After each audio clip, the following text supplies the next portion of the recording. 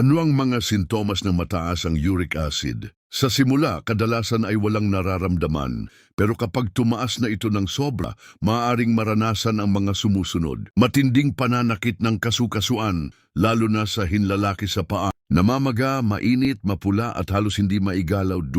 Pananakit ng sakong o talampakan, kaya ay parang tinutusok o naninigas lalo kapag naglalakad. 3. Pananakit sa tagiliran o bandang likod. Posibleng senyales ng bato sa bato, kidney stones, sumpo, pamamanhid o paninigas ng daliri sa kamay o paa, hisin the pressure sa kasukasuan o sugat fangs, matigas na naiipon sa paligid ng kasukasuan. 6. Gout attack sa gabi, biglaang sakit habang natutulog o nagpapahinga. Kahit walang sintomas, pwedeng mataas na ang uric acid sa dugo. Kaya mahalagang magpa-laboratory at bantayan ito ng regular.